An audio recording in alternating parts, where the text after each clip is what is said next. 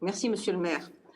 Tout d'abord, je vous indique que nous ne prenons pas part au vote, car, comme cela est devenu maintenant une habitude, il nous est encore une fois demandé de voter en bloc des subventions pour un panel d'associations ayant cette fois trait au domaine de la santé. Nous sommes déjà intervenus à plusieurs reprises pour dénoncer cette façon d'agir.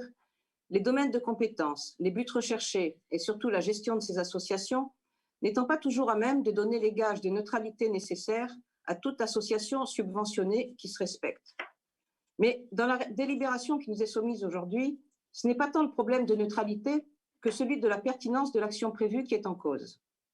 En effet, autant il me paraît évident et fort utile de soutenir la majorité des associations qui ont pour but l'aide, la prévention, le soutien des familles au cours des épreuves qu'elles rencontrent quand elles doivent faire face à la maladie, autant le programme d'échange de seringues en milieu urbain est à mon sens une aberration.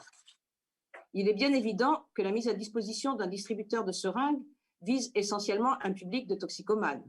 Les malades souffrant de maladies immunodéficientes étant généralement bien suivis sur le plan médical, ils ne vont pas se servir dans un distributeur sur la voie publique. Je ne remets pas en cause la nécessité de venir en aide aux toxicomanes, mais cela doit se faire de façon encadrée. J'ai moi-même fait partie d'une association d'aide aux personnes victimes d'addiction aux produits stupéfiants, et ce pendant plus de 5 ans, aux côtés de quelqu'un que vous connaissez, Monsieur le maire, puisqu'il s'agit du pasteur Claudel, qui par la suite a travaillé dans vos services. On ne peut donc pas dire que je sois insensible à ce problème. Mais un distributeur sur la voie publique ne peut qu'entraîner des nuisances et des risques pour l'environnement, les toxicos n'étant malheureusement pas réputés pour leur discipline ou leur sens civique. Seringues usagées traînant par terre au risque de blesser quelqu'un, individus se shootant dans la rue à la vue et au su de tous, même des enfants, tout cela ne me paraît pas vraiment être les bonnes images à donner quand on veut faire de la prévention.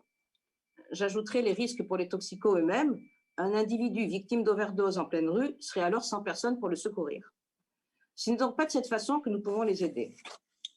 Nous nous étions déjà opposés à l'époque à l'installation du distributeur rue Édouard Berry, situé non loin de l'école Rothschild et de la maternelle du Bouchage, et nous avions à cette occasion recueilli de nombreux témoignages et vidéos de toxicomanes se shootant autour de ce distributeur dans les entrées, les halls d'immeubles, les jardins environnants, ainsi que des photos de seringues usagées abandonnées. Nous ne parlons donc pas de fantasmes, Monsieur le maire, mais bel et bien de faits dûment constatés. C'est pour ces raisons que nous sommes contre ce programme et que nous ne prenons pas part au vote. Je vous remercie.